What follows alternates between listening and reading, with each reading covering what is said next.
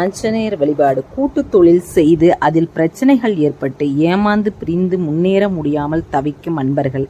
அதேபோல் பல ஆண்டுகளாக வீடு தோட்டம் நிலம் இருந்தும் அனுபவிக்க முடியாமல் தவிக்கும் அன்பர்கள் மற்றும்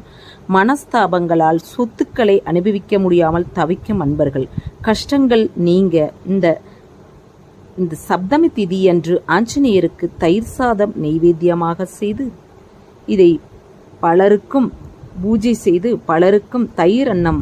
பலருக்கு விநியோகம் செய்வதனால் தன்னுடைய கஷ்டங்கள் நீங்கி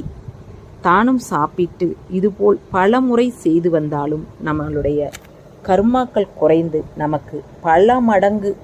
நன்மைகளே வந்து சேரும்.